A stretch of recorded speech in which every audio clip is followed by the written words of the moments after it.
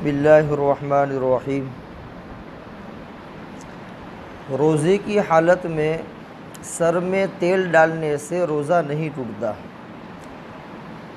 کسی کو درد سر ہو اور وہ مالش کرنا چاہتا ہو تو کر سکتا ہے، اس میں کوئی حرج کی بات نہیں۔ دوسرا مسئلہ، آنکھوں کے اندر سرما ڈال سکتے ہیں۔ سرما ڈالنے سے روزے میں کوئی فرق نہیں پڑتا، چاہے سرما کا اثر حلق کے اندر محسوس ہو یا تھوک کے اندر ظاہر ہو یا ناک کی ریٹ یا غلاظت کے اندر اس کا اثر دکھائی دے،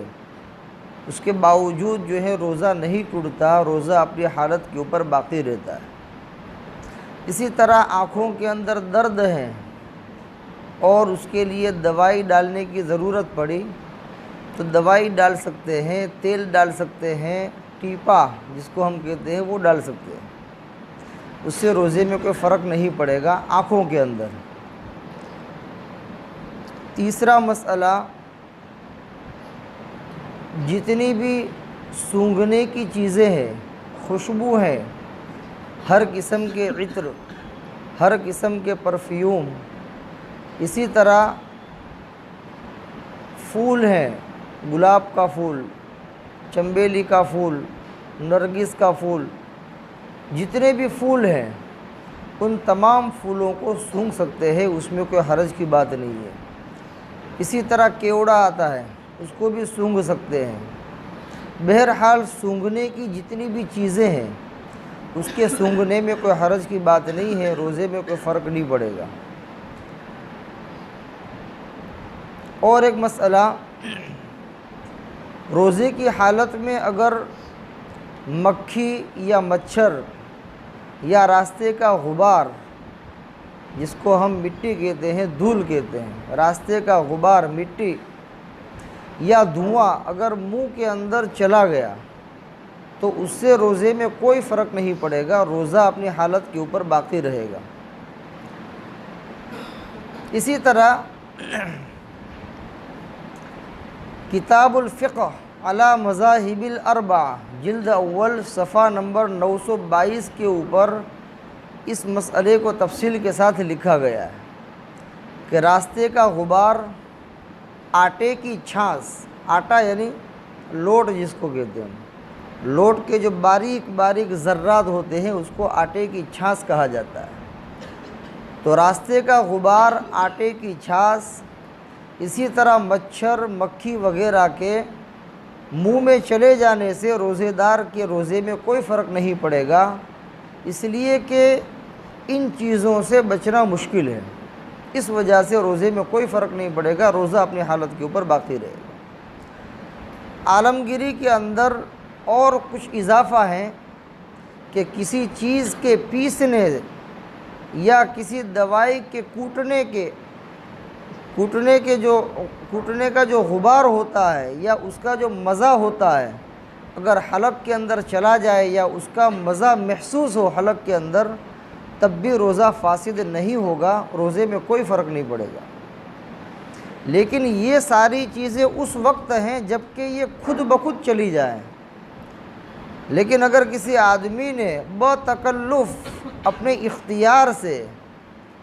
ان چیزوں کو اپنے منہ میں داخل کیا، کسی آدمی نے منہ کھول دیا اور غبار کو اپنے اندر کھینچ رہا ہے، منہ کھول دیا اور راستے میں جو دھول اڑ رہی ہے اس کو منہ میں کھینچ رہا ہے،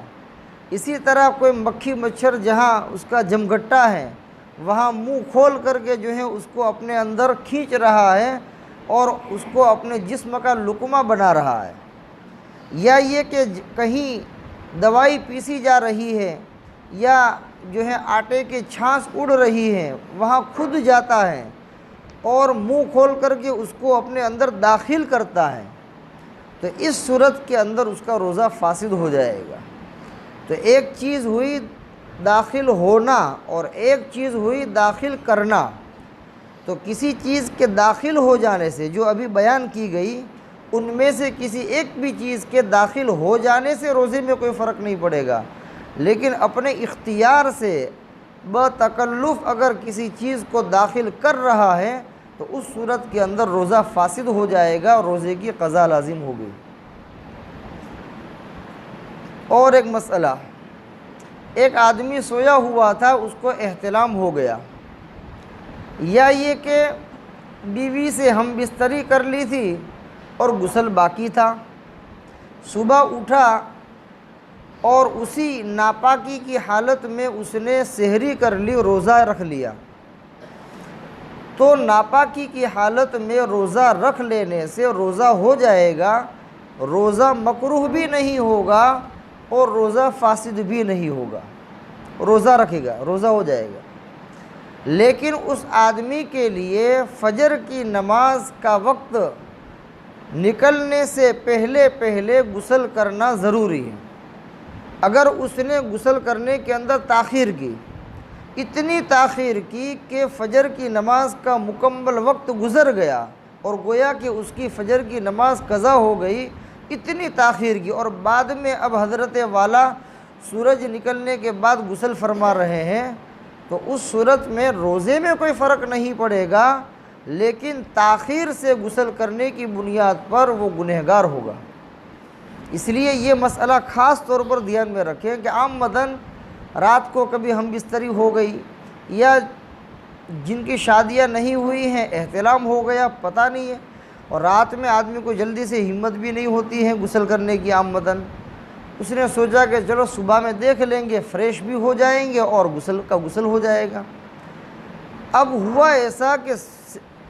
یہ صبح صادق پوری ہونے میں صرف 10 منٹ باقی ہیں اور اعلان بھی سن لیا کہ جلدی سے سحری کر لو، 10 منٹ باقی ہیں۔ اب وہ کنفیوز ہو گیا کہ اب کیا کیا جائے، کیا غسل کیا جائے یا سحری کی جائے؟ تو کہا کہ کوئی حرج کی بات نہیں ہے، پہلے سحری کر لو، اس حالت میں سحری کرنے میں کوئی حرج نہیں ہے، کر سکتے ہیں، سحری ہو گئی فوراً جو ہے غسل کر لو، اس لیے کہ غسل تو صبح صادق کے بعد بھی ہو سکتا ہے، غسل کے لیے کوئی وقت فکس نہیں ہے کہ صبح صادق سے پہلے کر لو یا اس کے فوراً بعد کرو، ایسا کوئی فکس ہے، لیکن فجر کی نماز کا وقت ضائع نہ ہو، اس سے پہلے جو ہے غسل کرنا ضروری ہے۔ اللہ تبارک و تعالی عمل کی توفیق عطا فرمائے۔